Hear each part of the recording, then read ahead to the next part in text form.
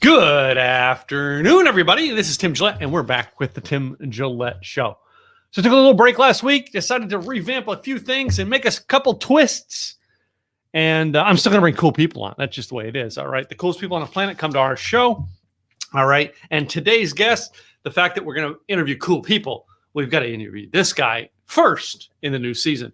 So our new season is going to be a little bit over the next couple episodes. We're going to be talking with people about things that they made adjustments during the pandemic that made a change in their business, or maybe they started doing something different that influenced their business during the pandemic. And that's what we want to talk about so people can understand, you know, there was some wealth made during the pandemic. For those people who didn't sit back and cry and got up and said, you know what, it's time to do something. Changes happened in their life and business. Today's guest is no different. Through the pandemic, I've gotten to know this guest a lot better. All right, because of the some stuff that we've done, some things that we're going to be doing, and just the relationship grew stronger and stronger through it. So Eli Delaney is my guest today. He actually has got the hashtag Meet Cool People. So, hey, if you're going to have the coolest people on the planet, have Eli Delaney on as your first person in the new series. Hello, Mr. Eli. How you doing, brother? It's good to be here. Good to have you on the show again, man. It is my pleasure. You know, these things are so much fun, and I'm gonna start with something real simple. The fact that you talked about you and I got to know each other a lot better during the pandemic, which is so powerful because you and I have known each other for probably a decade, but we ran in a lot of the same circles, but we never really got a chance to hang out. We never stopped and talked. Yeah. And sometimes that happens. You get too busy being busy to really do it. And I've always been a relationship person, but that's one of the things that for me was a big shift is really going back to that even further. And it's made some amazing friendships like you and me getting to hang out and have a good time. Yeah. Well, I mean, and I find it too, though, through the pandemic, Eli, it's just so many people, and I've had new clients come on board and go like, oh my God, I got to make money. I was like, well, let's talk about your relationships. Well, I don't have time for that. I'm like, if you don't make time now, you ain't going to have money, guys. I'm telling you right now, relationships were strong. Even my coach called me on how to do things different during the pandemic. My coach, the guy who advised me and built me, called me and said, Tim, I got to tweak this. What do you think? Yeah. That's how relationships work, guys. All right. And you and I pretty much, I interviewed you for the first time right about when the pandemic started. And then you've been on 2 or 3 of our virtual events. Yep. All right. And we shifted an email or 2 back. All right. Today, I was looking forward to today so we can actually chat again. But what is it? What is one thing that you went, oh my God, I've got to do this different because of the pandemic? The biggest thing that I did was go back. And the funny thing about this is my business was designed for what today's world is like anyway. I went back and doubled down on things that I had done previously. So I had a little bit of an advantage, but I had to be reminded of how powerful that was, which is we live in a virtual world where we can connect to so many people so easily across the country so fast. My running joke for a decade now has been, it's not uncommon for me to have a conversation with 3 different people on 3 different continents in the same day. Yeah. And it's so true. But we forget, especially when we had face-to-face in-person events, which is still my favorite thing to do. And I know you got your event and I'm going to become speaking at it. So I'm really excited about that one because I'm happy to have you in it. So yeah, I'm dying to come hang out in real time, hang out with people and have great conversations, break some bread, have some drinks, all that kind of cool stuff. But what I did was I doubled down on how do I build those relationships with 2 things. Number one, the people I already know. I reached out to some of my own clients and said, hey, I just want to check in and see how you're doing. Yeah. Not selling them anything. Sometimes that opened up the doors. Like, you know what? Actually, I've been meaning to call you. We need to have a conversation. Well, good. Now we're here. But that wasn't the point. The point was, what are you doing? How can I help you out? And the other thing is looking at we have social media. Everybody's connected. Looking for what are the questions people are asking and just offering help. Yeah. It really isn't that complicated. Well, one of the things that you kind of tweaked me on to doing it. I mean, because every time I hear you speak, you bring it up, and that is the concept of like, I mean, you haven't talked to your audience in a while. Send it an email. Hey, man, I'm such a screw up. I'm such a slacker. Okay, we haven't talked in a while. Can I help you? And I mean, 5 of those emails returned people being guests on my podcast because they were having their book out, and I'm like, great, sounds good.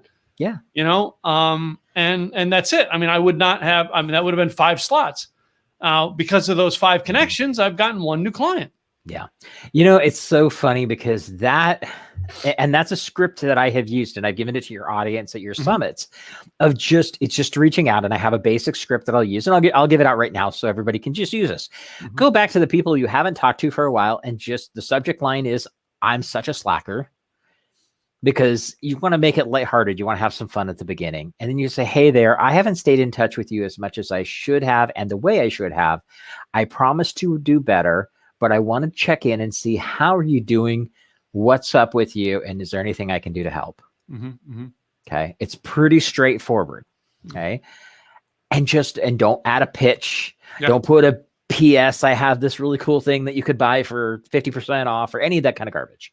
Keep it very short, sweet, to the point, very coming from a place of giving first, being of service, and actually genuinely care about them. Yeah. You will be shocked at what happens. I have one client who sent that out, got 100% response, and ended up closing $12,000 in sales by the end of the week. And he never thought he was going to get $12,000 in sales by sending that email out. No, actually, it was a her, and when she sent it out, she was dumbfounded. She was like, I don't know if this is going to work, but you're the coach. I'll give it a try. And we actually had a series because I have a whole campaign around doing this properly. And she emailed me and says, we have to stop the rest of the campaigns because everybody responded. Everybody. And I was like, what do you mean everybody? She goes, no, everybody. I said, that's not possible. She goes, it happened. Oh, and by the way, I've already got 4 proposals out ready to go. And we're not even done with the week yet. Yeah.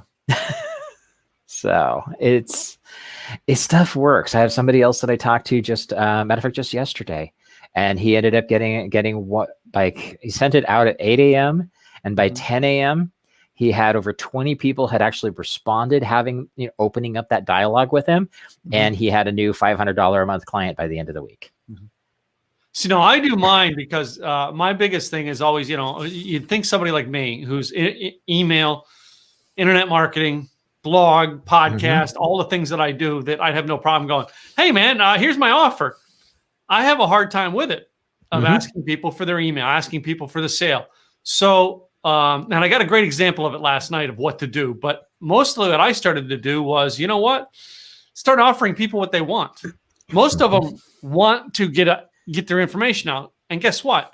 I need 150 guests a year on my podcast. Yeah. So I asked them to be on my podcast, and I made them go through an opt-in sequence to get on it. And I've had 2 people come back, Eli, and tell me your thoughts on this. They'll come back and go, well, I don't want to opt in to be on your podcast. And I thought immediately, I went, well, if you don't trust me enough to opt into a sequence so I can keep you informed to get you on my podcast, should I trust you enough to put you in front of my people? Yeah. Yeah. It's really funny how coaches, speakers, people in that world that are looking for an audience find excuses to not get in front of that audience. Yeah. I was just talking to somebody yesterday about somebody who was complaining because they had this person offered them for free a 20-minute spot on a summit they did. And this other person complained because they wanted an hour-long spot. Bye. And I'm like, first and foremost, as a professional speaker, you should be able to say what you need to say in less time. Yeah. I mean, I actually had this conversation where I turned down a 90-minute spot for an event that I'm speaking at in order to do a 45-minute spot. And they're like, what, you don't think you have 45 minutes? I said, no, I'm good enough that I don't need 90 minutes. I can take the 45. Yeah. Yeah. And it's if you're a speaker, you're a coach, you're a consultant, or wherever you are in your business, and you're looking to get exposure, to get out in front of more eyeballs, you take every opportunity you can and you be polite about it. Yeah.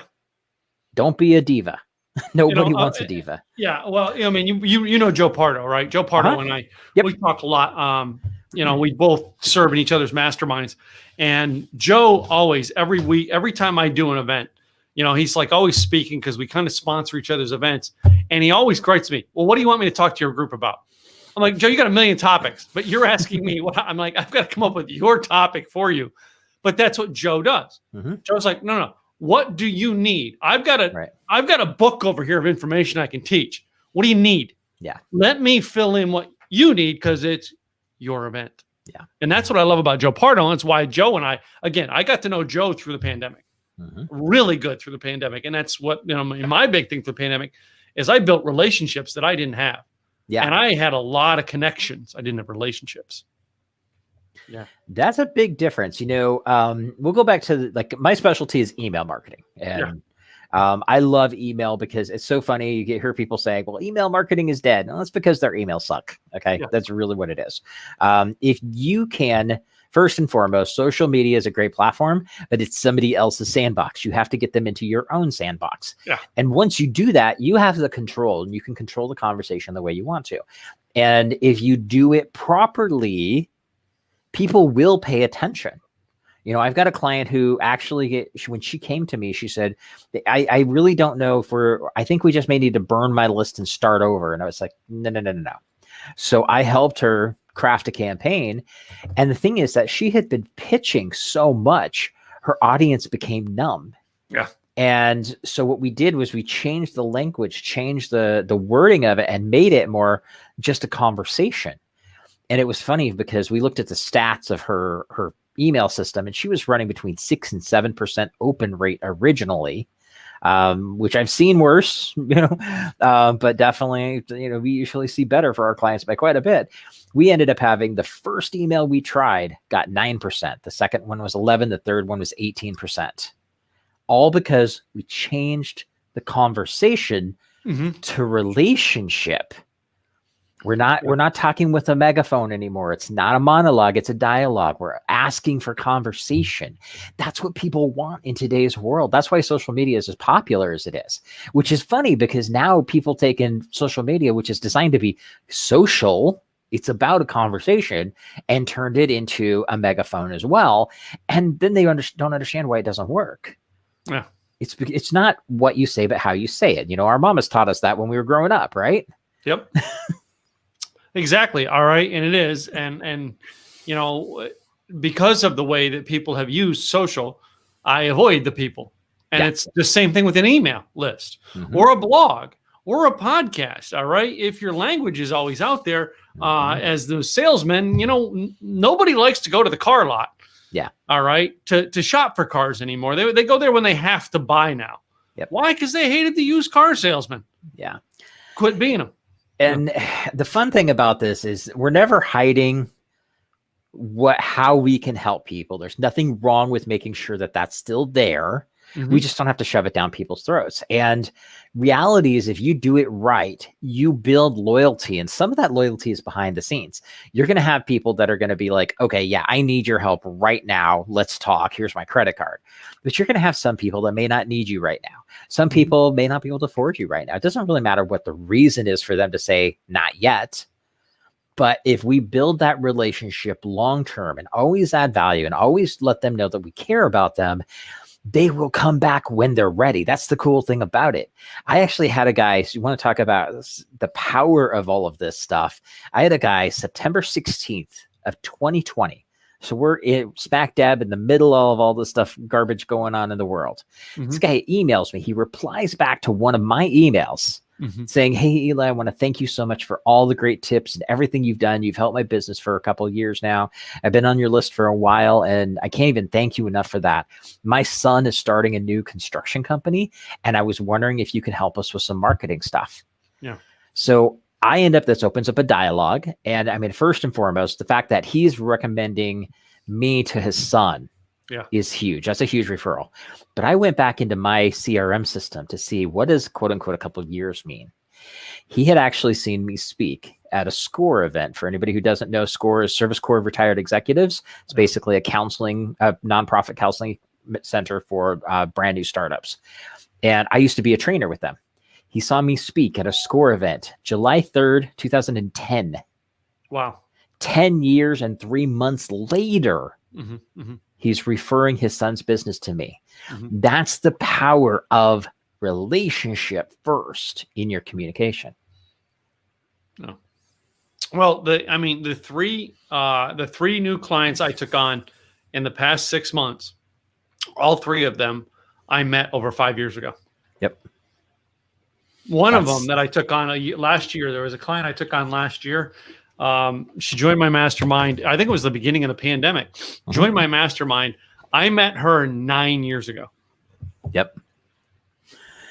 That's because you do it right. You build a relationship, and we have to remember some people are natural consumers. Okay. Yeah. Natural consumers are people that just buy stuff and then they ask you what it was after they went home. Right. Yeah. They call you up the next day. It was like, what exactly did I spend $5,000 on? You know, those are consumers. Okay. There's a certain number of those people, and that's fine. And we, as the experts, our job is to provide the best we can for those people and help them achieve what they want to achieve. But there are certain people that they need time. Sometimes it's because the timing isn't right. Sometimes it's because they're wired that way. You go into like DISC assessments and Myers-Briggs and all that kind of stuff. You get people who, the analytical type, they need time to process that. And some people, quite honestly, are just tired of all the fly-by-night people that are out there that are 100% about the transaction. And they're waiting to see if you're the real deal. Yeah. And so 5 years later, you're still around, you're still doing your thing, and you're still helping people. Yeah. Now they trust you. You know, and three of my current mastermind members, I'm not going to name names, but three of my current mastermind members have gone through the gamut of bigwigs. Yep. They went through the gamut of bigwigs, paid thousands upon thousands upon thousands of dollars. We're on their last leg going, I need somebody who's really going to help me. Yeah. And I can't tell you how many, some of these big wigs, and their names you and I know personally. I'm not going to name names. There's people you and I know personally. Yeah. All right. And these people have said to them, oh, yeah, I'm the last coach you're going to need. And they still screwed them. Yep. Yeah. It is frustrating. Sadly, in the coaching world, there is a lot of unethical people. And reality is there's a lot of unethical people that still stick around. I don't understand how they can still keep it, but eventually their reputation does catch up with them. The people who are genuine, that are always there, that stick it around, will stand out. The value is there. The attitude is there. And, you know, for me, I've been in business for over 25 years. There's not a lot of people that can actually say that. Yeah, I'm only 12 years in this business. So yeah. So my first business was a web and graphic design agency. It was over 25 years ago. Eventually, I decided I didn't want to be a web designer anymore. I fell into this whole thing called speaking, and went to an event and said, "Ooh, I want to do that. That's fun," and got into this, which is so funny because I grew up as a musician with stage fright, so I got out of the whole thing and then ended up being a speaker. I have no clue how that happened, but when I started that business, I had people coming back to me 5 and 10 years after I started, and they're like, okay, it's time. I need you to help build me a website. And I'm like, why now? And they said, well, because things are changing in our company. We have some things that we need to do. And I said, okay, why me? And they said, because you've always been here. And that's powerful right there. And so that's the number one thing I can tell each and every person who's watching this. Quit treating your customers like transactions. Treat them, and here's a distinction. Write this down. You don't have customers, you have clients. Yeah. Because customers are transactional. Walmart has customers. Yeah. If you want to be Walmart, that's a game you can play. I ain't touching that with the 10-foot pole. Not my forte. Sorry. Exactly. Clients, on the other hand, clients come to you for guidance, for mentorship. That you are there as their protector. And that is a total shift. Just that word alone shifts the attitude behind the relationship. And that's what makes a difference, because they're going to trust you more. They're going to do more with it, and you'll get paid more in the process. So the other thing I wanted to ask you is, because I know that one of the most famous things you're known for is you always say that, you know what I mean, I passed away today. You'd be getting offers from me for how many years? Yeah. How many of those offers, are coming to fruition now? Okay.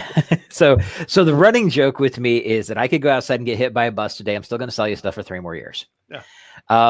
Those come in different variations. So my campaign is literally, I do have a single campaign that is set up, and it's more complex than a single campaign, but basically it's a whole bunch of variations of adding value in an evergreen and automated format using the tools and technology pretty much everybody watching here probably already has, in order to always stay top of mind of other people. The gentleman that I talked about who actually said, he referred me to his son. He was one of those people that's been in that system. Okay. Cool. I have another person, and this is on a different way of fruition, that I've known her for many, many years before I even started this business. But she was on my list. She was part of that system. And at one point, she replies to an email that I sent talking about The Greatest Salesman in the World, the book by Og Mandino. Yeah. Which... Yeah, I knew you'd read it. Yeah, I've read it. I've read both that one. There's another one. Go continue. Yeah. So he's got a couple of great ones. That one's still my favorite out of all of them. But it's an easy read. And by the way, anybody listening to this, Greatest Salesman of the World by Og Mandino, OG, like the original gangsta. That is an amazing book. Everybody listening to this should read that book. Okay. Now, I wrote an email about that book of why I thought it was so good. Just exactly the same way I just explained it to you. It's about coming from a place of service, being of giving first and changing the way you do things. And that's how you become a better salesman. So I wrote an email, very simple email. It wasn't very long. It said, hey, here's a great book I recommend. Here's what it is. Here's a link to Amazon. Read it and let me know what you thought. She emails me back a couple of days after getting that. So I think she'd gotten it maybe on Wednesday or a Thursday. She emails me on a Monday. She says, hey, Eli. And this was a reply back to that book, to that email that I had sent. She said, hey, Eli, I want to thank you so much for recommending this book to me. I've really been struggling. The business has been pretty bad, and I've been about ready to throw in the towel and just give up. I took your advice. I read the book. I bought it on Friday. I read it this weekend. You totally changed my attitude. You got my head out of the bad places, and I'm ready to rock and roll. Thank you so much. You saved my business. Interesting. I mean, I had tears come in my eyes when I read that. But here is the caveat that makes it even better.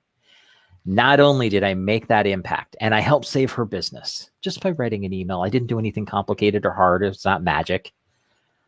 But I had written that email 6 years earlier. She just happened to be in my system in the sequence at that point. Wow. So these are the kind of things we're talking about, where a lot of times when people talk about automation, which is kind of, between email and automation are like my game. People shy away from automation because they think it's complicated and they think that it's going to be too high tech and take away the high touch part. This is how you do both. Just because you're using the tools that will automate stuff does not mean you can't put a heartfelt message, put something that really talks to somebody, has a conversation. By the way, never start your email from somebody like, hey guys, you lost them immediately. It's like, I do Tim. hey in their name. That's my biggest greeting. Yeah. Hey in their name. Yeah. I don't even do the name, because if I see somebody, a lot of times I'm not going to call them by their name. I'm going to say, hey there. You get an email from me, most of the time it says, hey there. Yeah. If you wait a minute. I had a boss that was like that I learned that from years ago. He was everybody that came, hey guy, because he never knew their names. He couldn't remember everybody's names. So he just, hey guy. And if it was girls, hey hun, how are you? Yeah. That was his way of being polite to women. And you know what I mean? Nowadays they call it sexist, but because he didn't remember names very well. Yeah. And it's really sad that has to come up in that situation, because I get that. And depending on, some people would say it that way, but to be perfectly honest, there's a lot of people out there that wouldn't mean it in a sexist way in any way, shape, or form. I've been for many years, and I've stopped doing it, and it's frustrating that I have to, is a lot of times when I talk to somebody, I'll be like, hey love, how's it going? Oh, wow. And that's just, it's a name that I picked. It's a word that I picked up, and it's a name, it's a word of respect, honestly. but some people have taken offense to it. So I have to catch myself, which we're not even going to get into the frustration. Everybody gets offended by something all of a sudden. I know. Yeah, we're not going there anywhere. So I know. We'll just talk about whether pineapple goes on pizza or not. Yeah, that's a good one. Something less offensive, you know what I mean? Yeah. Like what belongs on pizza and what doesn't. Yeah, exactly. So some of the things though that I've noticed though with relationships and doing stuff like that is books. All right, that was a books was, I had friends when I was down who recommended books, and they didn't recommend books because they went, well, man, yeah, this will straighten old Gillette out here. Let me give him this book. No, it was a book they read. Yeah, and they felt that they needed to give it to others. Yes. I had a guy, I want to call him a mentor. He was really just a customer of mine when I had my car wash. And he had this thing of every year he bought cases of a book that mattered to him. And he wrapped them in presents and gave them to every man that came along.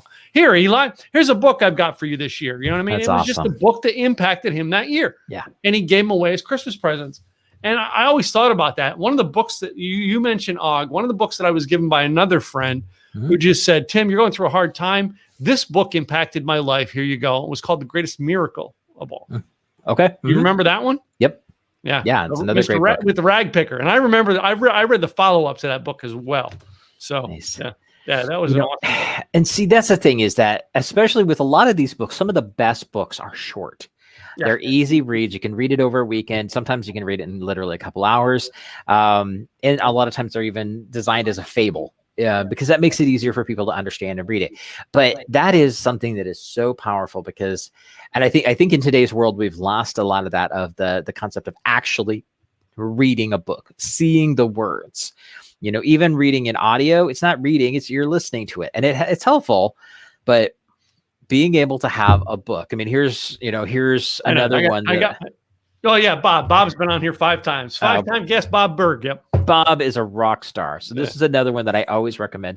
This book stays on my desk. And when I do shows like this, a lot of times I use this as an example. Bob should give me like an affiliate commission for as many of his books I probably sold for him.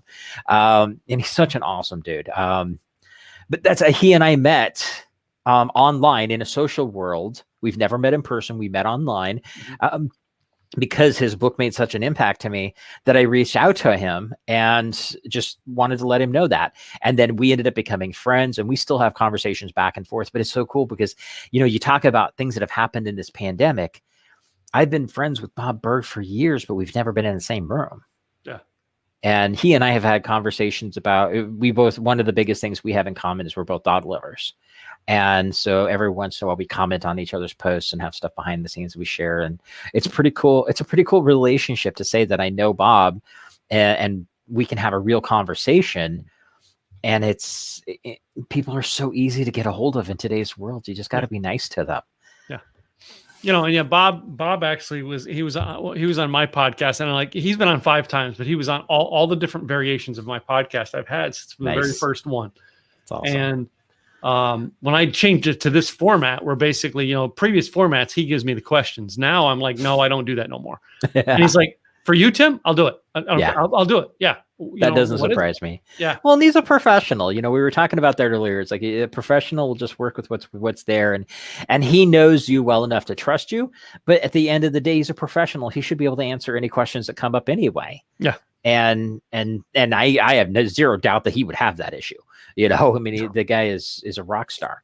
I've only had, like I said, I've only had 2 or 3 who've had the issue of, and like I said, my first question went, okay, if you're not willing to get on this type of show, should I trust you in front of my audience?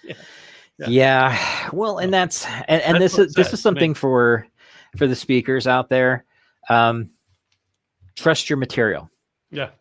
Trust that you are an expert, because if you can't answer the questions when somebody asks them, you got to go back to the books. And that is really, really important, because we do live in a society. This is one thing that I do have an issue with right now, is we have a lot of upcoming quote unquote gurus that literally have no experience. They're talking about how they're going to help somebody create their 7 and 8 figure business when they're making 5 figures. That's not, to me, that's unethical. It's because, and I hate to say this, and I actually sat with a guy last night who was at an event on social media and Instagram. It's because they got an Instagram account Yeah. And they seen so-and-so, the Instagrammer who did it. Mm-hmm. All right. And they're like, well, I can do that. Let me, you know what I mean? And anyway. Yeah. And that's, it's sad because we've gotten, there's a phrase that I know, this, you and I both grew up on this, was fake it till you make it. Yeah. Okay? I hate that phrase.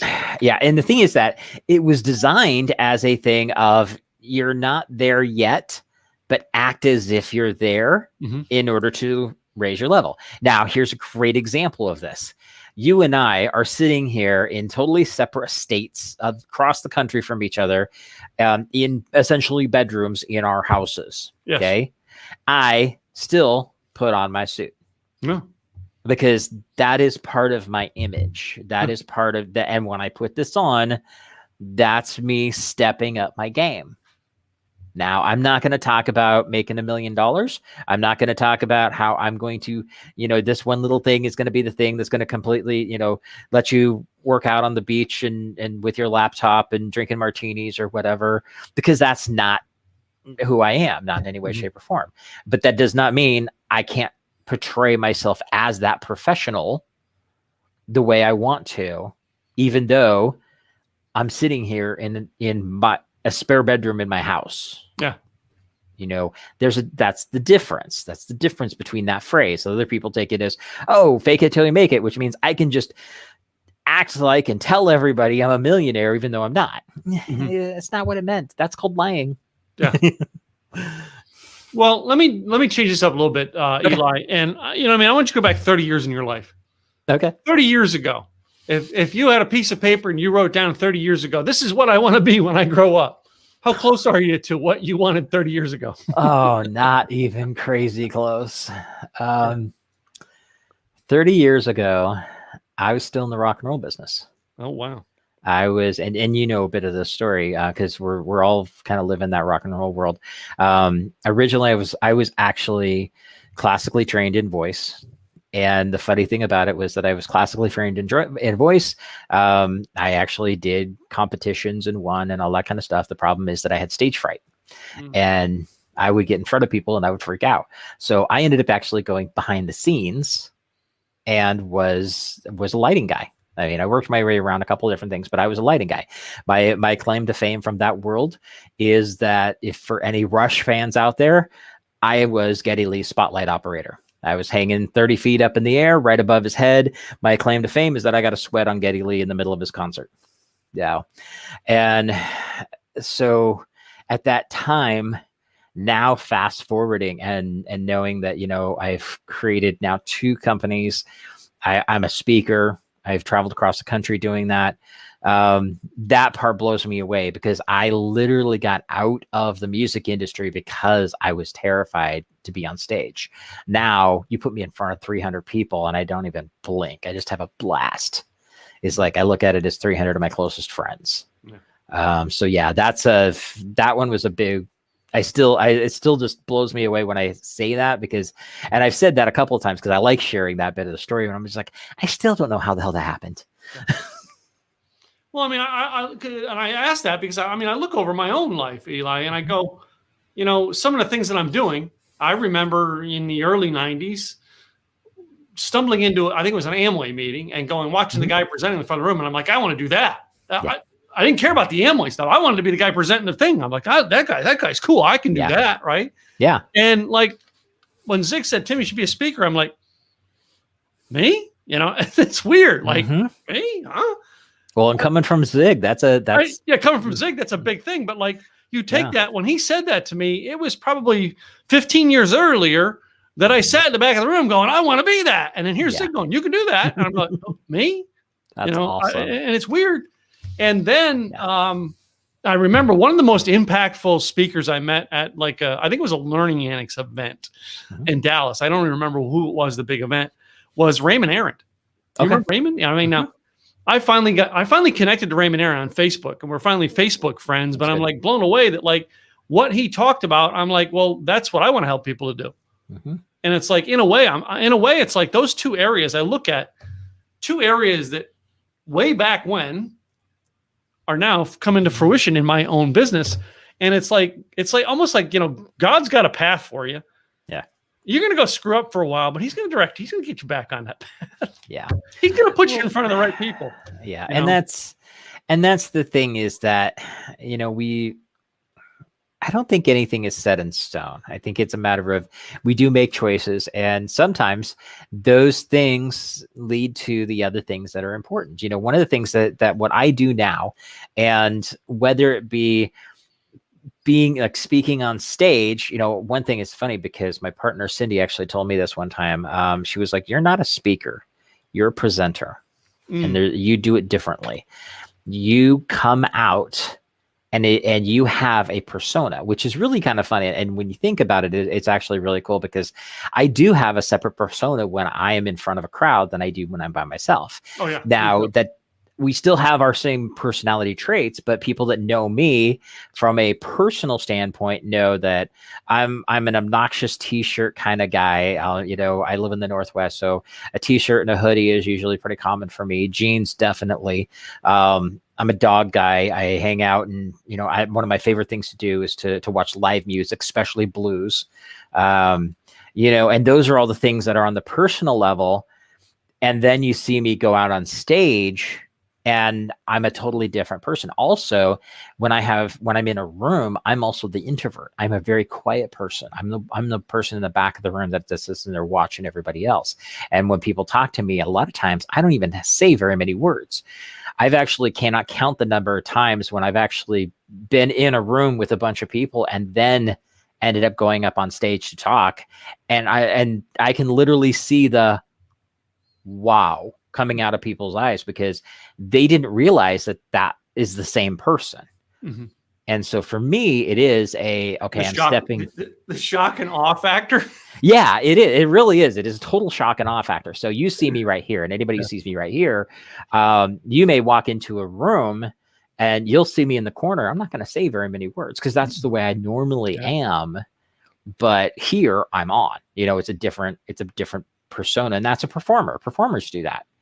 And so the music industry taught me a lot about that because it doesn't mean you're a different person, but Alice Cooper on stage versus hanging out with him backstage before the show, other than the creepy makeup, he's a very different guy. Yeah. He is like if you've ever seen Wayne's World, which I'm sure you have, if you've ever watched Wayne's World, for those of you who haven't, you got to go see it. It's a hilarious show. But at one point, they actually meet Alice Cooper backstage and have a conversation with him. The dude is like that in real person. He's having a philosophical conversation about history that you would be blown away by because the guy is super, super smart. Yeah. But then he gets up on stage and he does a performance. And this is the rock and roll, kind of dark, kind of creepy makeup, all that kind of stuff. It's like a night and day difference, and people don't realize this is the same person. It's just he's on stage. Yeah. I like doing the same thing though. I like doing if I'm going to like a small networking event, I'm the quiet guy in the corner asking questions. Mm-hmm. All right. And then the second they put me on stage, I blow your mind. You're like, what? That's the same guy I was talking to. What I mean? I love doing that. To me, I love shocking people that way. It's a lot of fun, isn't it? Yep. So, well, it's been great having you on the show today. All right. I want to make sure people can reach out to you, connect with you, take the relationship to the next level. Yeah. What website are we going to send them to today? Easy thing, connectwitheli.com. I see you got it here on the screen. Connect with Eli. For anybody listening, Eli, E-L-Y, not E-L-I. You'll get some real estate dude out of like Iowa or something like that. Connect with Eli with a Y.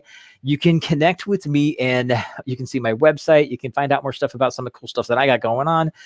Connect with me on social media. And please, please, please, this is the most critical thing. And by the way, this is a nugget. Write it down. If you reach out to me, don't just hit the friend button. Send a message. Hey, I heard you on Tim's show. Thank you so much. I would love to have a chat with you. Cool. That will make you stand out, and do that with anybody. Yep. Don't just hit the friend request button because that means nothing. I get 10 of those a day. It's funny though, Eli. Is last night I was. Have you heard the company Social? Is it Social Tuna? I've heard the name, but I don't know anything about them. So I met the founder of it last night. Okay, cool. And he talked about, he said, like the whole room sitting there, well, like, you know what I mean? Because everybody's always, how do I get more followers? Mm-hmm. He said, well, let me give you all a lesson on how to get more followers. Everybody, all of a sudden, everybody's like, right? And he goes, "Oh, I want you to take out your cell phones right now. Everybody got your cell phones and open up Instagram." So everybody gets their phone. He goes, "Everybody got their cell phones?" Yep. And he goes, "Type in," and he told his name. Type in, and he spelled out his name. Type it in. He says, "Okay, you see that?" He said, "Y'all see the profile?" He goes, "Yeah, yep. Hit follow." That's how you get subscribers. Yep. It's, I was like, this is brilliant. Yeah. And so here's the thing with that. And with this, I know we got to wrap things up. It's kind of like, and you brought up Instagram. So I'm going to go this direction a little bit. Yeah. People in today's world, they focus on being an influencer. Yeah. That's like the buzzword that everybody wants to be an influencer. Stop trying to be an influencer and just influence people to do things that'll help them out. That's it. That's all there is to it. All right. So, well, before we wrap up, I've got a new game, and you get to help launch the new game. You ready? Yay. Do we get to talk about the event at all? I want to talk about your event. Oh, yeah. We'll close with that after the game. Okay. I just don't want to forget about that because I'm excited about that. Yeah. So, all right. Okay. All right. Let's play here's the how game. the new game works. Is I have 5 envelopes. Yes. I don't know what's in each envelope. You get to pick 1, 2, 3, 4, or 5, 3 of them, and we're going to pull the questions out to ask you. Okay. 2. Number 5 2 and 1. And 1? Yeah. Okay. So 2, 5, and 1. Here's how it works, ladies and gentlemen. I open it up, and each one has 3 questions on it. Let's see what these 3 questions are. I'm in trouble. The first question is toilet paper, over or under? Over. No question about it. The second question is beer or wine? Wine. Okay. You're a red guy, right? Fairly, actually, the funny thing is the wine guy is fairly new. I'm actually a cider guy, which is super popular in the Northwest. Yeah. But I did get into wine. I think that was primarily because of the pandemic. So I found a couple of wines that I like. Yeah. So, you come down here from where my event is. You and I will go over to my winery that I'm a VIP at over in Awesome. Grapevine. Yeah. So, third one on this one here is Superman or Batman? It's a hard one. I'm gonna say Batman. Batman? Yeah, because he's more creative. Let's face it. He's Bruce Wayne, man. Yeah. I've met Superman. I've been on his podcast. I want to be on Batman's now. There you go. Envelope number 2. Oh. Question number 1. Who is the better singer in Van Halen? David Lee Roth or Sammy Hagar? Oh, that's a hard one too.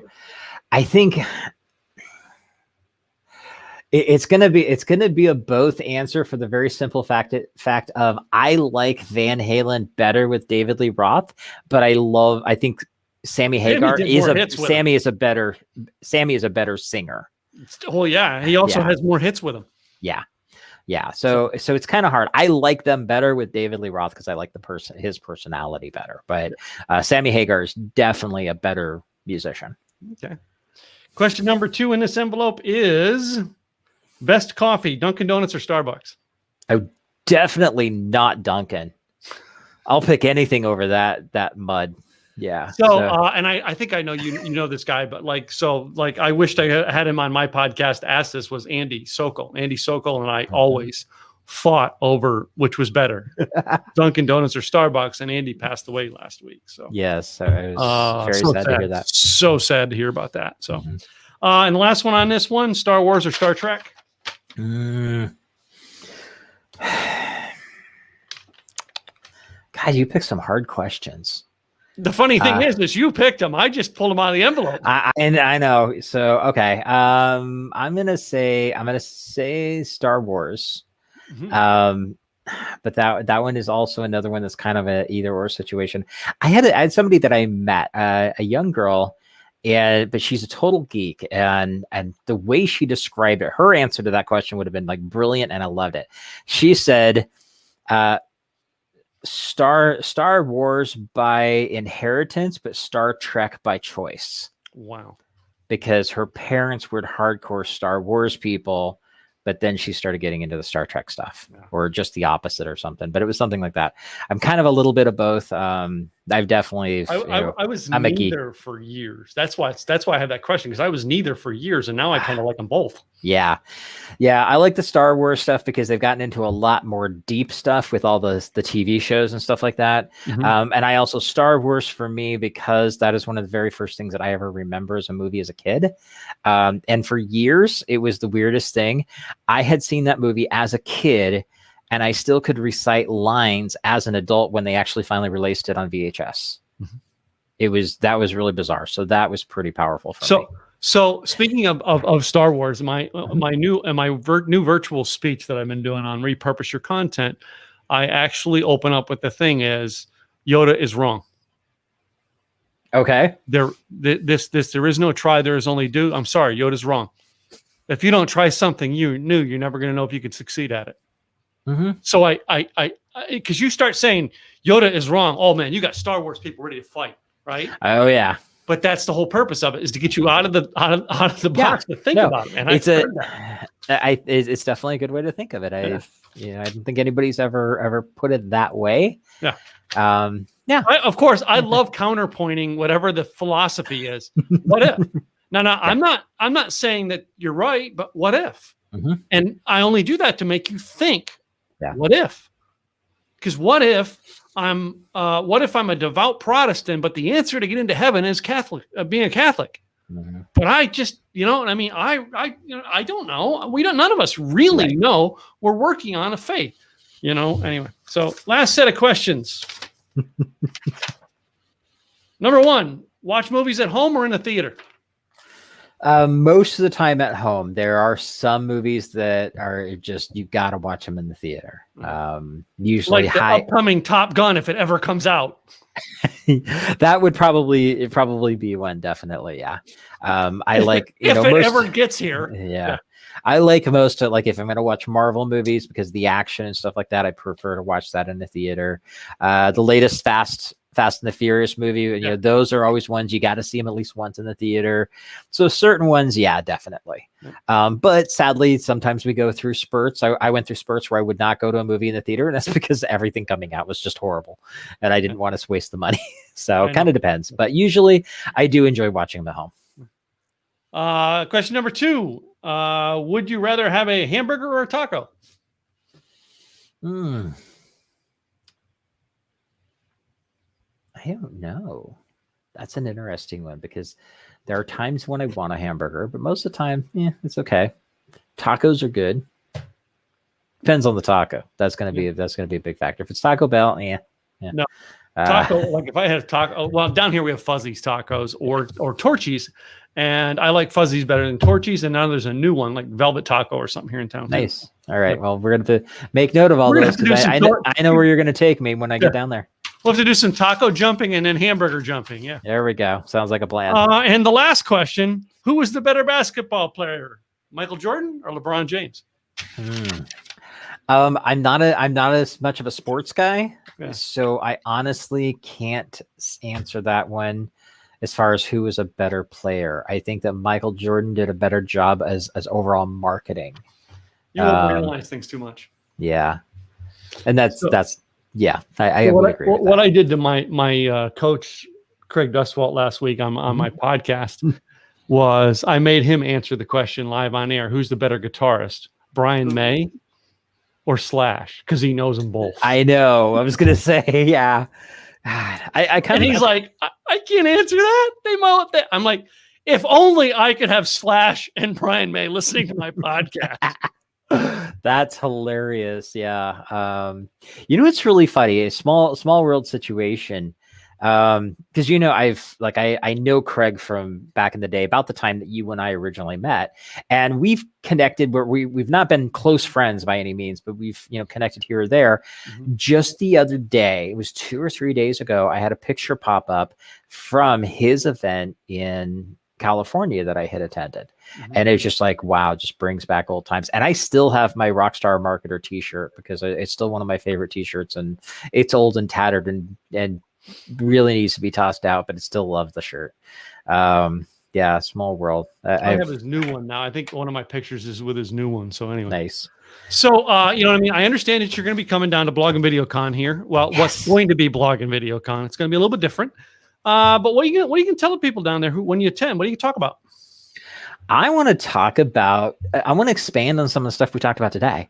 You know, we talk about how to follow up, because if you're going to do videos, whether that be live streaming or putting on YouTube of, you know, just pre-recorded stuff, or even just sending stuff out to your list, your audience, you need to communicate with them above and beyond. And so how do we tie all of that in? How do we take those videos and bring them back in to a bigger follow-up? Because one thing that people miss out is when it talks to, you want to do video, you want to do blogging, you want to do email. There's all these different things. You can do direct mail.